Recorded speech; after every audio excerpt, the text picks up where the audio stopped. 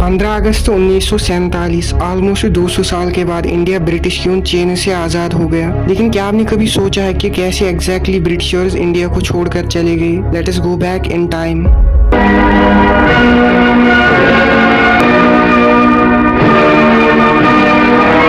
इस सब की शुरुआत होती है 1600 में, जब ब्रिटिश ईस्ट इंडिया कंपनी सिर्फ ट्रेड के लिए इंडिया आई थी।